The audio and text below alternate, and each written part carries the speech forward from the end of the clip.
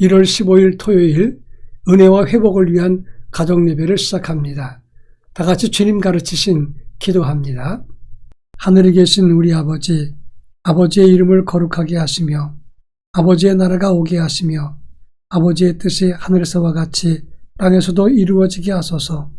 오늘 우리에게 일용할 양식을 주시고 우리가 우리에게 잘못한 사람을 용서하여 준 것 같이 우리 죄를 용서하여 주시고 우리를 시험에 빠지지 않게 하시고 악에서 구하소서.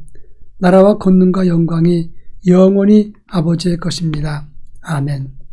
찬송가 359장 천성을 향해 가는 성도들아, 찬송가 359장을 부릅니다.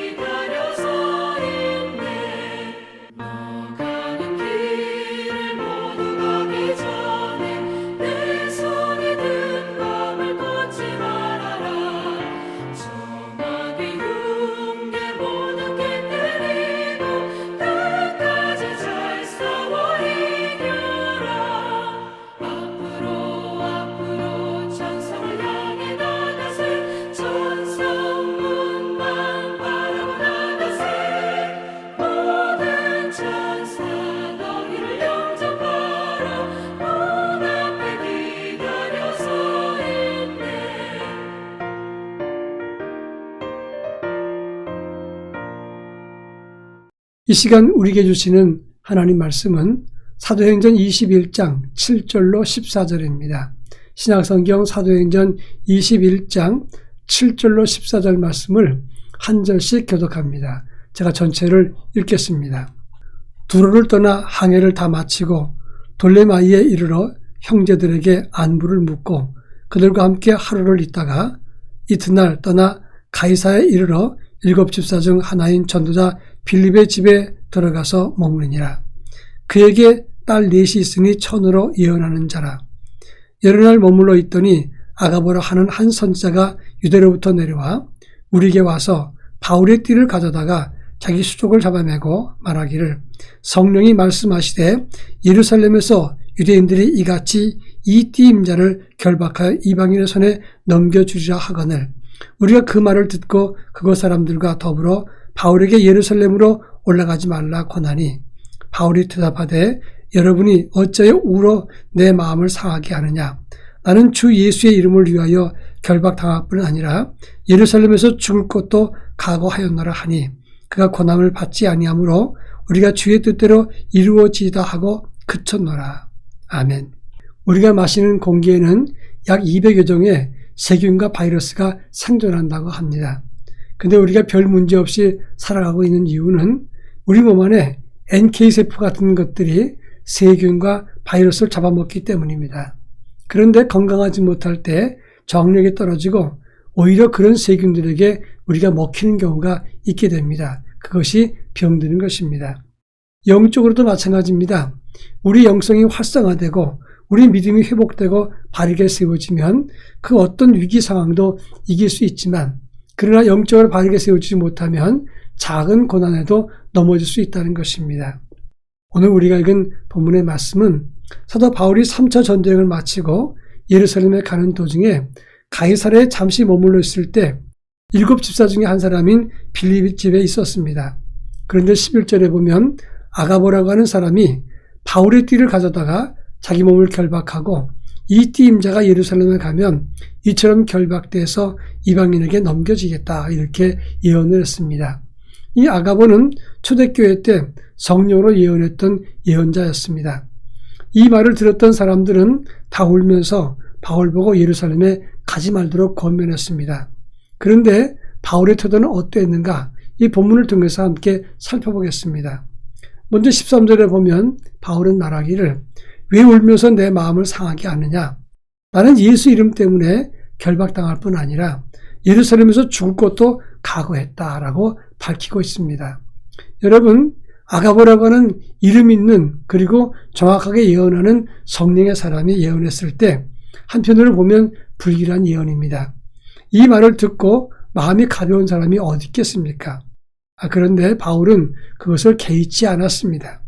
내가 주님을 위해서 결박당하는 거, 그건 예상된 일이고 두렵지 않다는 것입니다. 그리고 오히려 혹 죽을 수도 있다, 나는 그것도 각오했다라고 말하고 있습니다. 이런 사람은 사단이 가장 무서워하는 사람이라고 말할 수 있습니다. 우리가 사람들이 싸울 때 죽을 각오로 달려들면 그러면 그 사람에게 함부로 못하는 경우가 많이 있습니다. 쌈꾼들도 눈을 가만히 보고 있다가 죽을 각오로 나서는 사람은 안 건드린다, 이런 말을 합니다. 우리도 하나님 나라를 위해서 죽으면 죽으리라, 이런 마음을 가지면 원수가 우리를 이기지 못하게 된다는 것입니다. 반대로 영성이 약해서 이것도 싫고 저것도 안 되고 이것도 불안하고 저것도 불순종하고 이렇게 될 때에 영적 세균과 바이러스가 우리 안에 침투해서 우리 몸이 병들게 된다는 점입니다. 그런가 하면 12절 말씀 보면 우리가 그 말을 듣고 그곳 사람들과 더불어 바울에게 예루살렘에 가지 말라, 이렇게 권했다고 했습니다. 여기서 우리와 그곳 사람들은 누구를 말하는 겁니까? 바울의 제자이거나 바울의 안위를 염려했던 사람들을 말하는 것입니다. 가는 곳마다 불길한 예언이 있고 자기 선생 전도자가 어렵다는데 그럼 빨리 가서 죽으라, 그렇게 말할 제자가 어디 있으며 바울을 가까이 한다면 그렇게 예언을 들었을 때 말리는 것이 당연할 것입니다. 그러나 그 엄밀한 의미에서 이런 말은 바울의 입장에서가 아니라 자기 입장에서 생각하고 말하는 것입니다. 바울은 그들의 말에 대해서 14절에서 그가 권한을 받지 않았다고 말하고 있습니다. 바울은 그들의 권유를 받지 않고, 그러니까 그들이 뭐라고 말하냐면 우리가 주의 뜻대로 이루어지이다, 이렇게 말했던 것입니다. 바울은 주의 뜻을 생각했지 사람의 생각을 중요시 여기지 않았던 것입니다. 바울을 위한다는 여러 사람들, 바울의 제자들과 바울 편에 섰던 사람들은 바울이 위험해지니까 가지 말라고 했던 겁니다. 그것은 엄밀한 의미에서 고마운 일입니다. 그러나 바울은 정작 사람보다는 하나님 생각을 우선시했다는 것입니다. 여기에 믿음의 본질이 무엇인가를 말하고 있는 것입니다. 사람의 생각이나 내 생각이 아니라 하나님 뜻을 생각하는 것이 믿음이라고 말할 수 있습니다. 그런가 하면 바울은 이런 예언의 말씀을 듣고 영적인 분별력을 가지고 올바른 선택을 했습니다. 사도행전 21장 4절에 보면 두로에서 예언이 있었는데 성령으로 감동되어서 예언했습니다. 또 사도행전 21장 11절에 보면 지금 예언자 아가보가 성령으로 말씀한 것입니다. 예루살렘에 들어가지 말라 그랬습니다. 가는 곳마다 예언의 말씀은 성령의 감동을 받아서 예언했던 겁니다. 그러면 바울은 순교하러 가는데 예언은 틀린 것이냐 하는 것입니다. 아닙니다. 예언은 틀린 것이 아니고 사실을 그대로 있는 그대로를 말씀해 준 것입니다. 그런데 바울은 그것을 영적으로 맞게 해석을 해서 영적 분별력을 가지고 자기가 해야 될 일을 좌표를 찾았다고 하는 것입니다. 성령의 예언은 틀린 것은 아니지만 사실을 보여준 것이지만 바울은 그것을 해석하면서 듣는 사람이 바르게 해석하고 그것을 하나님 뜻에 맞추어서 자기 길을 정했다고 하는데 중요한 포인트가 있는 것입니다. 그렇습니다. 오늘 우리의 현실은 팩트입니다. 사실입니다. 그런데 그것을 영적으로 해석하고 보는 것이 믿음이라고 말할 수 있습니다. 믿음으로 현실을 바르게 보고 그 현실 속에서 무너지거나 자기 나름대로 해석하는 것이 아니라 하나님의 뜻을 해석하고 하나님의 뜻을 따라가는 믿음의 선택과 결단이 우리의 삶이 될 수 있기를 바랍니다. 이 시간 우리 다 같이 한번 기도하겠습니다. 오직 주님의 뜻을 바라보면서 믿음의 길을 선택하게 하옵소서. 그렇게 기도하겠습니다. 다 같이 기도합니다.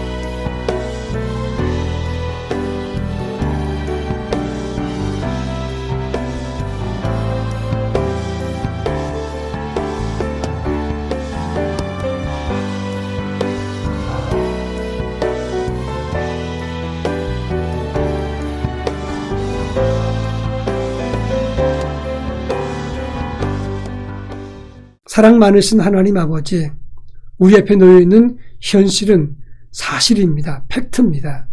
그러나 보여진 것이 전부가 아니라 그것을 보고 신앙으로 해석해서 주님이 원하시는 그 길을 따라갈 수 있도록 은혜를 더하여 주옵소서. 이것이 바울의 믿음이었고 바울이 갔던 길의 선택인 줄 압니다. 오늘도 저희들이 바울과 같은 믿음과 선택을 할 수 있도록 은총을 더하여 주셔서 내 생각과 내 경험보다는 하나님의 뜻을 온전히 이룰 수 있도록 역사해 주시옵소서. 예수님의 이름으로 기도합니다. 아멘.